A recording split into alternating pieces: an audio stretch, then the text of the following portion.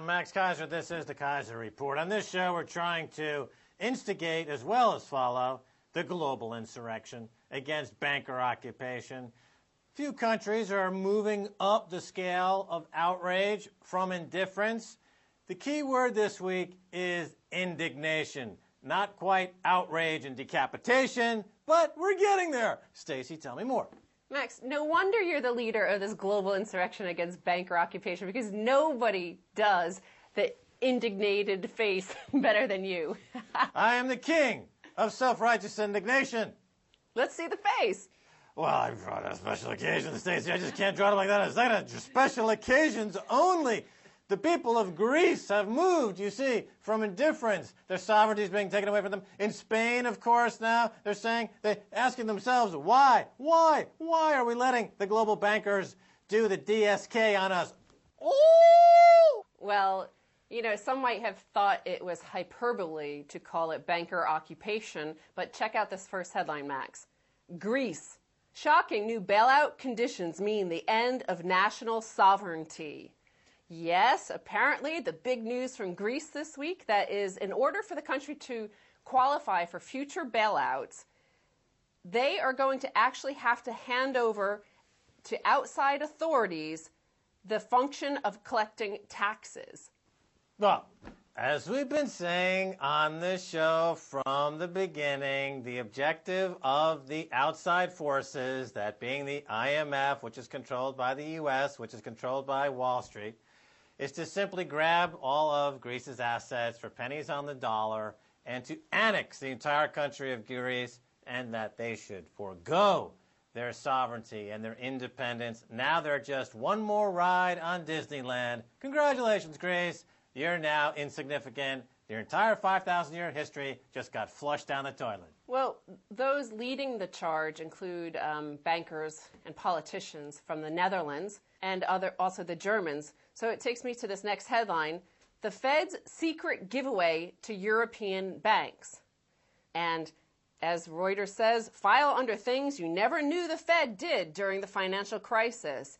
An $80 billion loan scheme known as St. Omo, which was so obscure that even Barney Frank had no idea it existed when he required the Fed to turn over its lending data in the Dodd-Frank bill.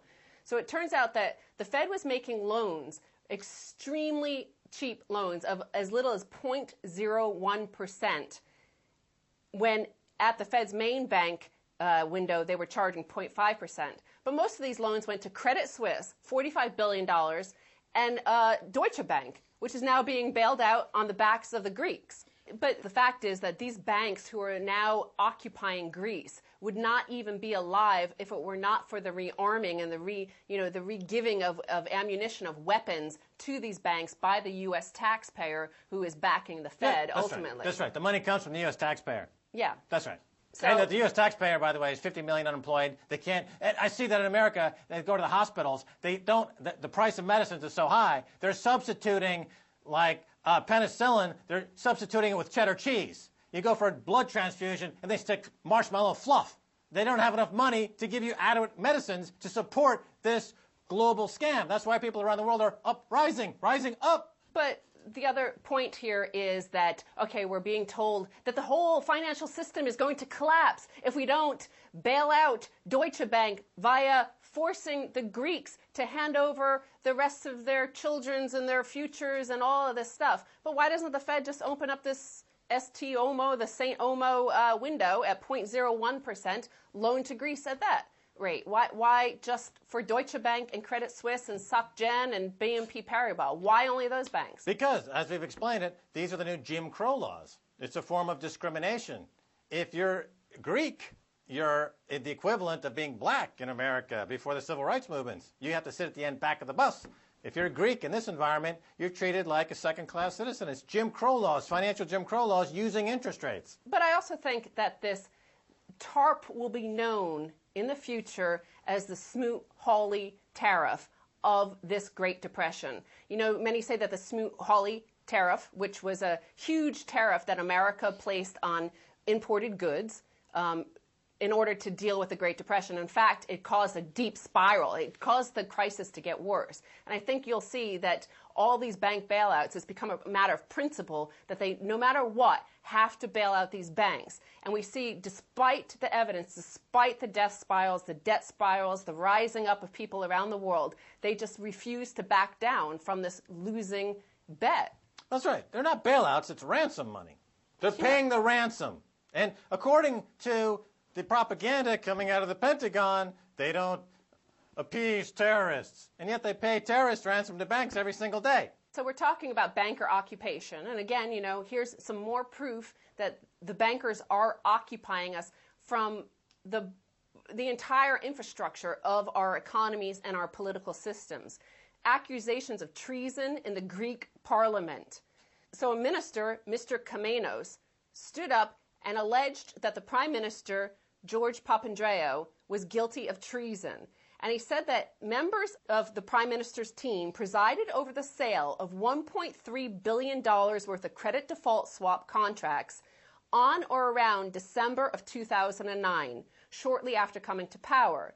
So those 1.3 billion in credit default swaps would now be worth 27 billion euros, which would miraculously pay off most of these debts, or at least allow Greece to continue operating without needing to borrow money from the IMF for the next 2 years. But no, apparently George Papandreou sold these 1.3 billion in credit default swaps that the Hellenic Post Bank, a public banking arm of the Greek government, that they owned and they had bought in the previous few months.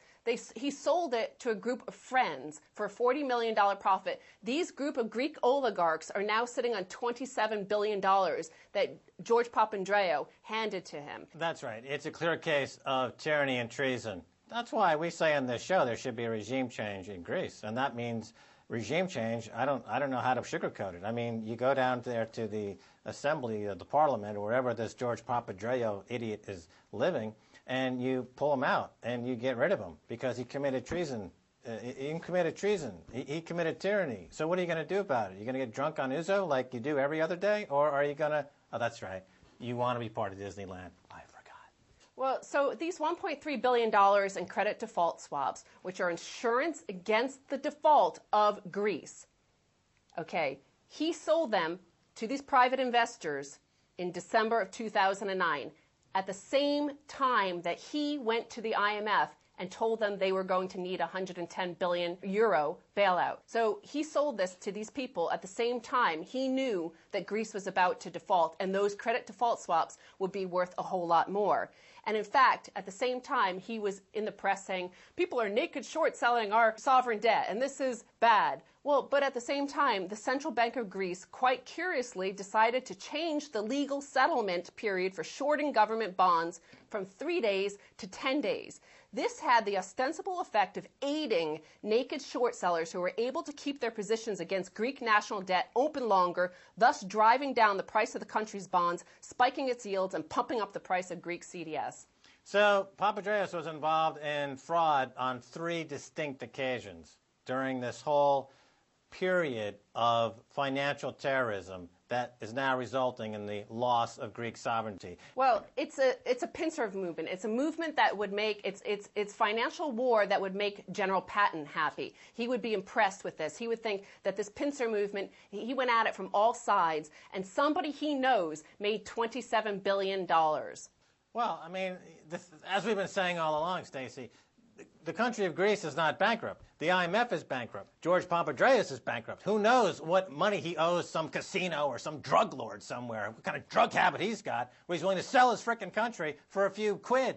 It's $27 billion, and the people of Greece should demand us back. The victims of Bernie Madoff are able to go to the people who benefited from his scheme and take their money back. So why don't the people of Greece say, give us back that $27 billion that was sold to you fraudulently? They are owed $27 billion. Papandreou knows where the money is. It sounds like Papa Doc, doesn't it? He's another one of these fly-by-night dictators that comes in, ransacks the country, and sails off somewhere with his crack whores and his cocaine. But it's not just Europe that is occupied by banksters. It's also the United States. Headline reads, Max, why a hedge fund comprised of junior congressional Democrats should outperform the market by 9%. Well, according to a new study called Abnormal Returns from Common Stock Investments of Members of the U.S. House of Representatives, apparently congressmen outperform the market by 9%. Because we know why. Well, they're allowed to insider trade. That's right. But they're beaten by senators who outperform the market by 12%. And how do they do that?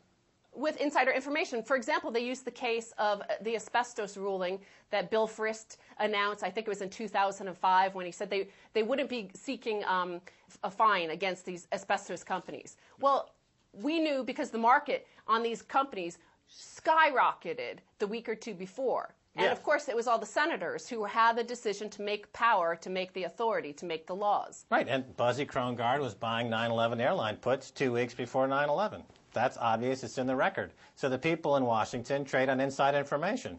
And that's clear in the record, and nobody can come on this show and refute that. Actually, the congressmen outperform the market by 6%. It's the Democratic ones that outperform by 9%. Republicans only outperform by 3%. It's the Democratic-Republican whore index. The Democrats are winning the whore index. Well, it's surprised that they don't make more money. I think the reason they're only beating the market by single digits is that probably most of the money they make is sitting in offshore accounts and off-balance sheet accounts. You don't even see it. Well, speaking of offshore, this is my final headline here, Max. Mysterious fund allows Congress to spend freely despite earmark ban. So the defense bill that just passed the House of Representatives includes a backdoor fund that lets individual members of Congress funnel millions of dollars into projects of their choosing. So the fund is called the Mission Force Enhancement Transfer Fund, and roughly $1 billion has been transferred out of this to congressmen's local pet projects and kickbacks, including from Steve Palazzo, Republican of Mississippi, a Tea Party candidate. But it allows them, this secret slush fund allows them to pretend, we're fiscal conservatives. Vote for us, you people in your little patriot hats. Yeah, they don't like to obey any of the laws. So they just create ways to avoid complying with any law. But they need people to break the law to put them in prison, because that's where the majority of their profits come from, ultimately, is running the prison gulag complex. So they are running this double-edged sword, where they don't obey the law, but they have to enforce trivial laws on everyone else to supply the prison industrial complex so that they can make the money to get themselves reelected. Well, I think it just goes back to the beginning of the episode as well, that it's a global insurrection against banker occupation. We're occupied by bankers. No matter where you look, you see bankers. All right, Stacy Herbert, thanks so much for being on the Keiser Report. Thank you, Max. Don't go away. Much more coming your way, so stay right there.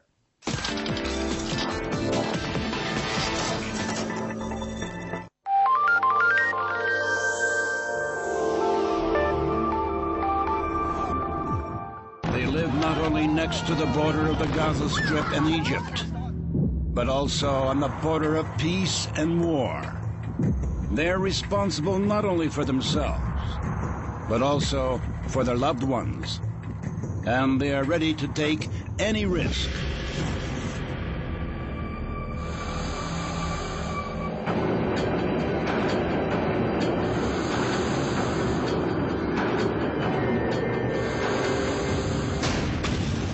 Abu Jamil Street on RT.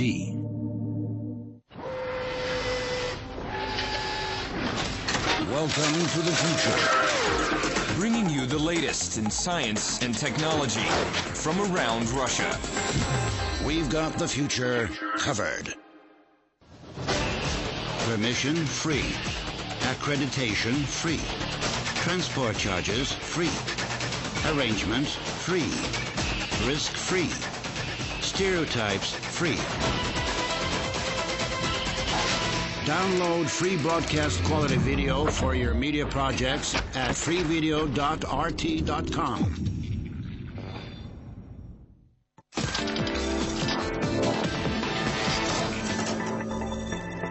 Welcome back to the Keiser Report. Time now to go to Chile.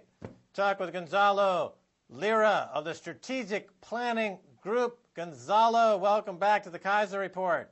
It's a pleasure as always being on your show. Thank you for having me. All right, so Gonzalo Lira, first let's talk about Europe. Greece and Ireland are in debt spirals thanks to the IMF and ECB-imposed financial collapse. It now looks like Greece will have to allow outside agencies to start collecting their taxes. Your thoughts? We've got so many problems in Europe that it's just pathetic. Okay, as you said, that the IMF and the ECB are talking about actually taking over the sovereign responsibility of Greece and starting to collect taxes, which is absurd. Now you have Christine Lagrange, who's going to take over as the IMF. It seems like a lock. The Americans are going to support her. Christine Lagarde is not a disinterested economic player. She not only is she a close and long-standing friendship with the United States and American politicians, she is going to be bucking for the French presidency in 2017 after Nicolas Sarkozy's term expires, or second term expires. And so she is going to be fulfilling her duties at the IMF from a political perspective, not from a purely economic perspective. So she's going to do what Dominique Strauss-Kahn was doing. And Dominique Strauss-Kahn was not this wonderful guy.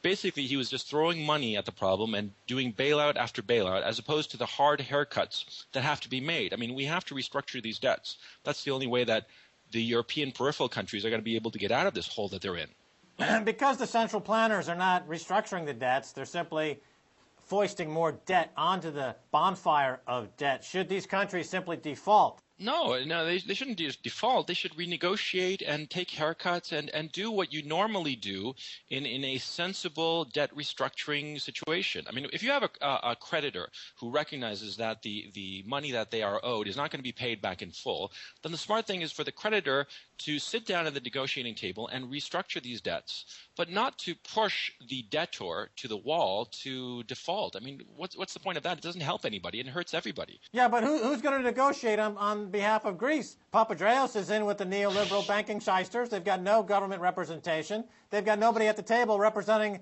the people of Greece. So they're just being sold down the river. What happens is the assets are being transferred to these bankers for pennies on the dollar.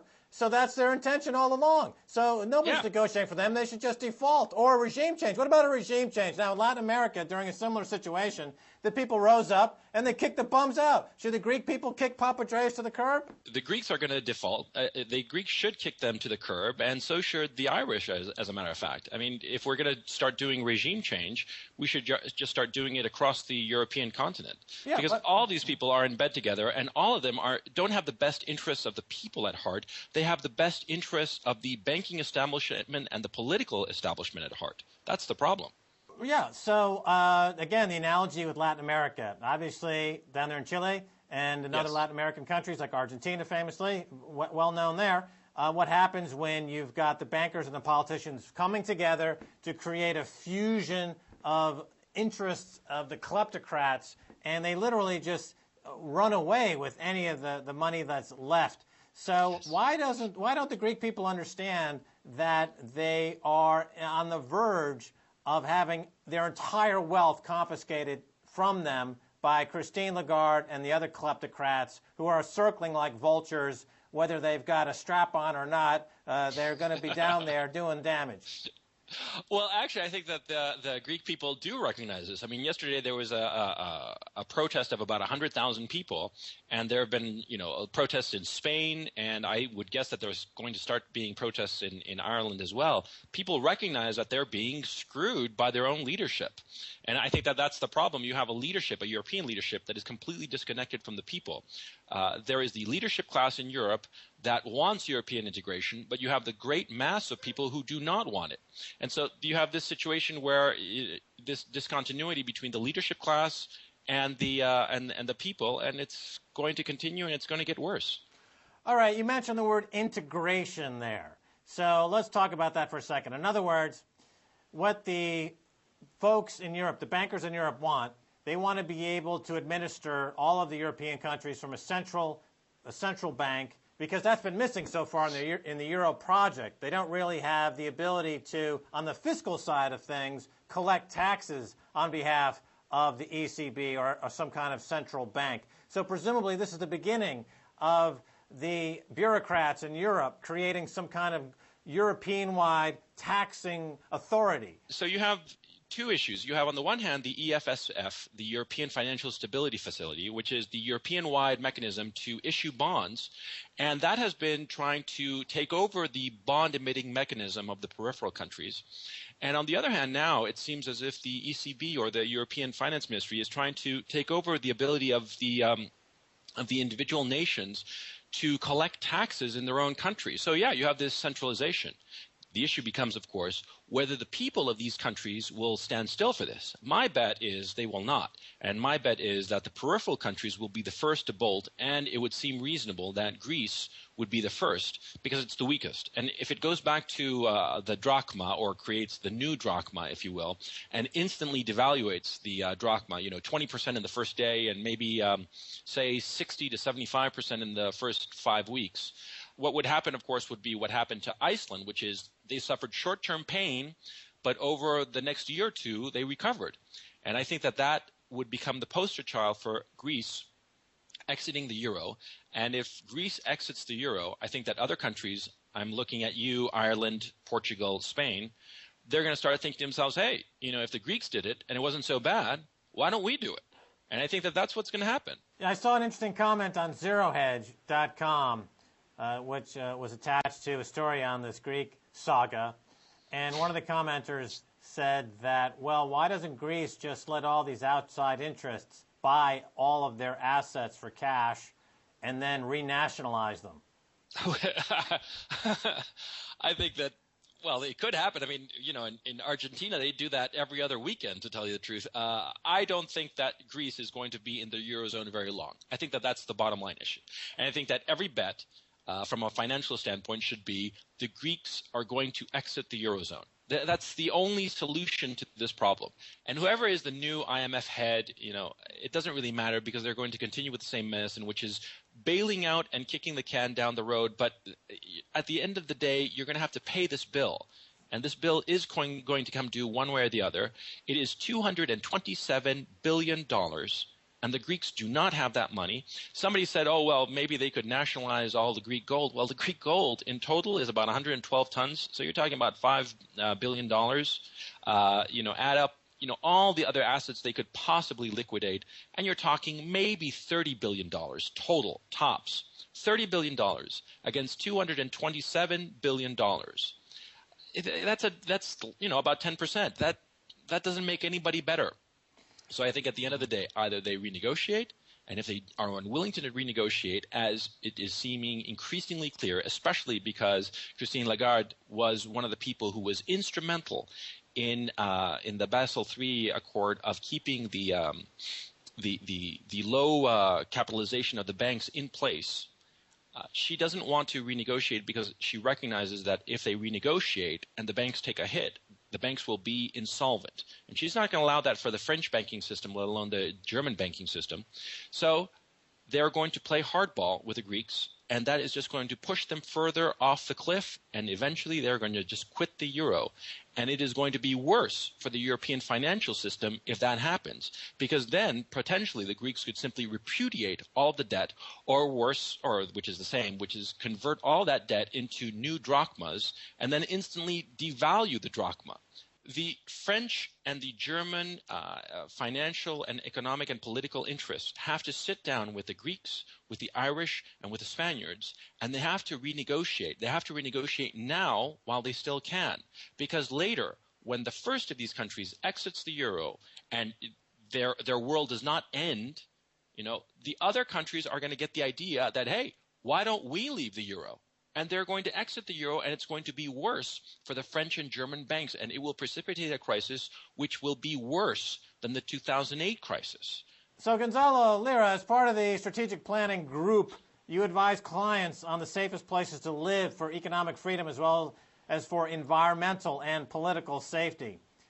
Again, for those who live in America, there is such thing as called environmental risk. I know it's not recognized by your media there, but it's actually real. Now, what about Europe? Based on what you see happening now, is it safe to stay in Europe? No, not from a financial point of view. I think that everybody's going to take a big hit in the near-term future. I'm talking about the next 12 months on the outside because of this Eurozone mess that we're having. I think that the currency of choice would be the Swiss franc. I think that because there's going to be a flight to safety, especially as the first of the weak Eurozone countries leaves the euro. And I think that from a financial perspective, the Europeans are going to panic and they're going to start tightening the screws in order to save their situation. And I think that that's going to accelerate a flight to safety. Okay, now you're noted to be in the camp of the hyperinflation. Yes, I'm one of those deluded souls. Yes, that's me, delusional.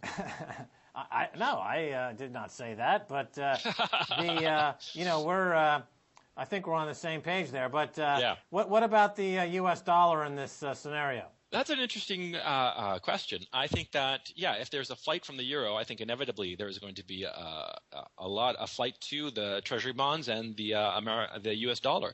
And I think that potentially that could be a good thing, a little bit of postponing the day of reckoning insofar as the dollar is concerned.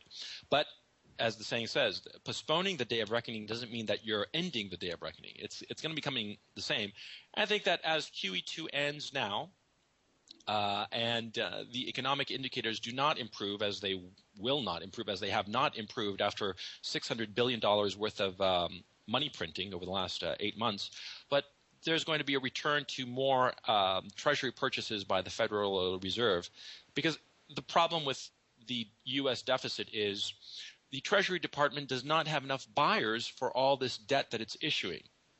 I mean, there simply aren't enough buyers, and every other major buyer, China, Japan, Europe, they're all exiting treasuries for different reasons. I mean, the Europeans because they have problems of their own, the Japanese because they have problems of their own, the Chinese because they're very afraid of the dollar and treasury bonds. So there aren't enough buyers for the issuance that the Treasury has on deck, which is over the next 12 months, I think it's something like 1.5 trillion or something like that. It doesn't really matter. I mean, 100 billion here or there, it doesn't really matter. It's over $1.5 trillion. All right, Gonzalo Lira. Personally, I'm in Jim Rogers' camp. I would take the euro over the dollar, but we can talk about that on another time. Thanks again for being once again on the Keiser Report. It's a pleasure as always. Thank you for having me. All right, and that's going to do it for this edition of the Keiser Report with me, Max Keiser, and Stacy Herbert. I want to thank my guest, Gonzalo Lira. If you want to send me an email, please do so at keiserreport@rttv.ru. Until next time, this is Max Keiser saying bye, y'all.